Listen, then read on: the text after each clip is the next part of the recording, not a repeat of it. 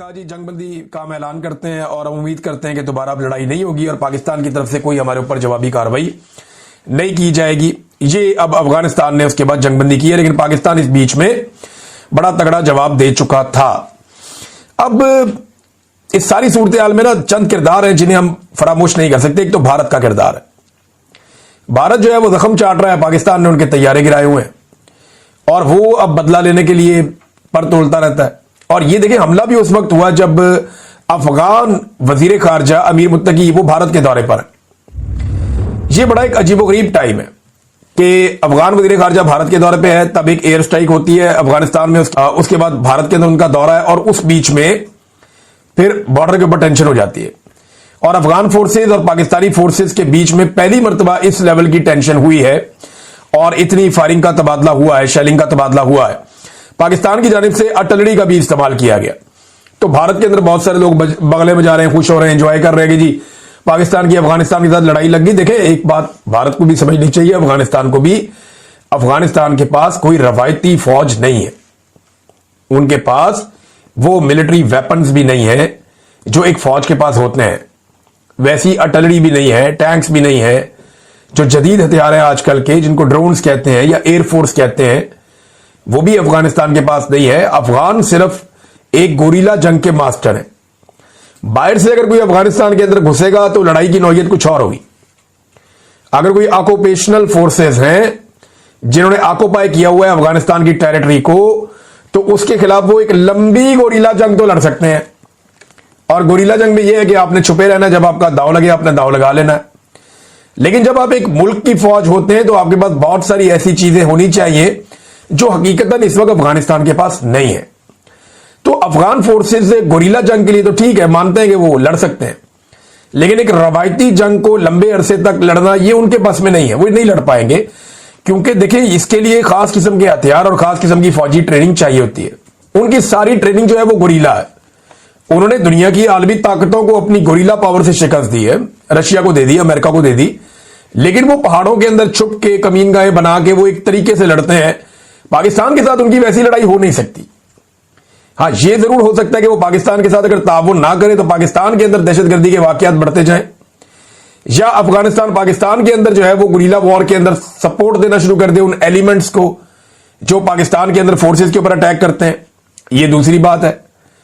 तो ये वैसा नहीं है जैसा लोग समझ रहे हैं, इंडियन समझ रहे हैं कि अफगानिस्तान पाकिस्तान को फतह कर लेगा, जो कोई अटैक कर लेगा, ऐसा नहीं होगा।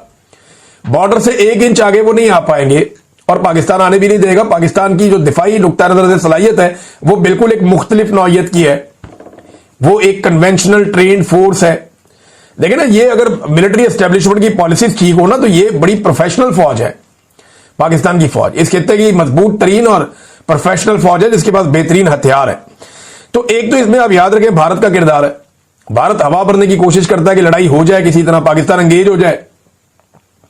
भारत भी यह जानता है कि अफगानिस्तान के पास उस नौयत के हथियार या ट्रेनिंग नहीं है कि वो बॉर्डर से कोई बहुत बड़ा दबाव डाले, लेकिन भारत यह जानता है कि अफगानिस्तान एंगेज कर सकता है और उसके जरिए से पाकिस्तान के अंदर के हालात खराब कराए जा सकते हैं। जैसा कि माजी में परवेज मुशर्रफ के दौर में परवेज मुशर्रफ ने कहा था कि भारत के अफगानिस्तान के बॉर्डर के साथ साथ ट्रेनिंग कैंप्स हैं जहां से दहशतगर्द ट्रेंड होते हैं, वो पाकिस्तान में आते हैं और आकर दहशतगर्दी करते हैं। यह परवेज मुशर्रफ ने कहा था। तो उस वक्त क्योंकि अफगानिस्तान के अंदर जो हुकूमत थी वो हमारे बहुत खिलाफ थी पाकिस्तान के, लिहाजा हमारी बात नहीं बन रही थी।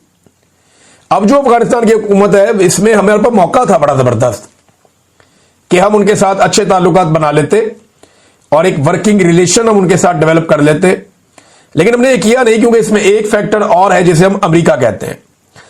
अब अमेरिका को अफगानिस्तान में बगराम एयरबेस चाहिए और ट्रंप की इसी ख्वाहिश के बाद कुछ सख्त बयान पाकिस्तान की जानिब से दिए गए। जैसा कि ख्वाजा आसिफ ने अफगानिस्तान को दुश्मन मुल्क करार दे दिया। जब डोनाल्ड ट्रंप ने बगराम एयरबेस मांगी उसके बाद हमने बयान सुने, ख्वाजा आसिफ के बयान का जमीन आसमान का फर्क हो गया। अब यही ख्वाजा आसिफ है जो अमेरिका के मुकाबले में अफगान तालिबान के बारे में ये कहते थे कि ताकतें तुम्हारी हैं और खुदा हमारा है।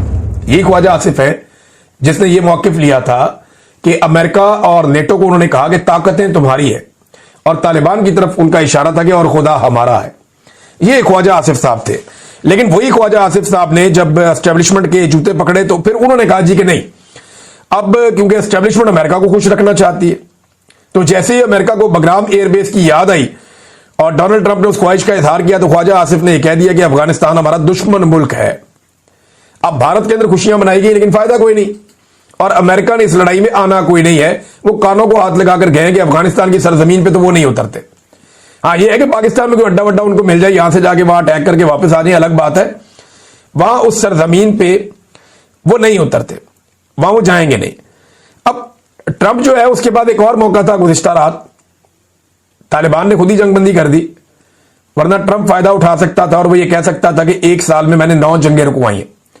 इससे पहले वो 8 जंगों का दावेदार है। 9वीं जंग का भी मौका मिला हुआ था रात को। अगर ट्रंप को जगाकर ये कहा जाता, फौरी तौर पे ये कहा जाता कि जनाब आप इसमें मुदाखलत करें, तो फिर ये जंगबंदी भी अपने खाते में डोनाल्ड ट्रंप डाल सकते थे। अच्छा नाज़रीन, इसमें कुछ चीजें और हैं, वो हमें याद रखनी पड़ेगी। गल्फ ममालिक जो है उनका बड़ा इंपॉर्टेंट रोल है, क्योंकि दोनों मुसलमान मुल्क हैं जिनमें लड़ाई हुई है।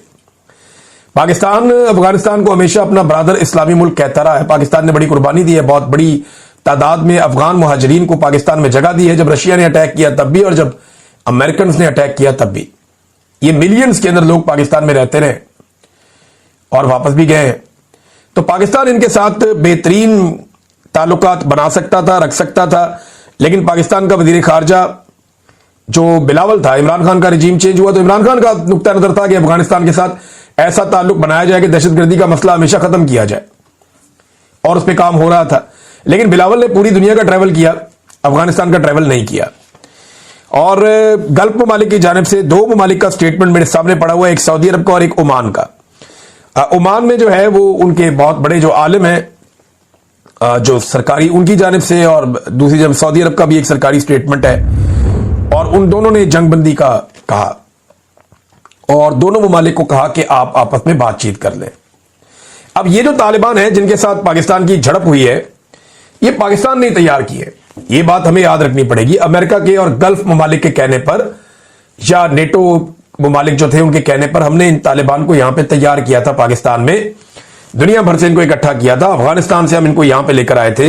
ये पाकिस्तान के मदारिस में तालीम हासिल करते थे, पाकिस्तान को बहुत सारे डॉलर मिलते थे, हमने इनको ट्रेनिंग दी, इनको हथियार दिए, इनको हथियार चलाना सिखाया, इनको जंगी हिकमत अमली सिखाई। फिर ये अपने इलाकों में गए और ये लड़ते लड़ते बहुत ट्रेंड हो गए और इनकी तादाद बढ़ती गई, और अब ये इतने ताकतवर हो गए कि इन्होंने पूरी दुनिया की वहां फोर्सेस थी, उन सबको इन्होंने शिकस्त दी और अफगानिस्तान छोड़ने पर इन्होंने मजबूर कर दिया। एक वक्त था ये सारे मुजाहिदीन कहलाते थे, कहा जाता था कि ये सारे हक पर खड़े हैं, हक बजानिब हैं, और ये तालिबान जो है ये हीरोज है। मुझे अच्छी तरह याद है, एक मूवी हमने अपने बचपन में देखी थी, वो आपने नाम सुना होगा, सिल्वेस्टर स्टैलोन का, रैम्बो, रॉकी भी उसकी मूवी है, रैम्बो भी उसकी मूवी है। आप अच्छी तरह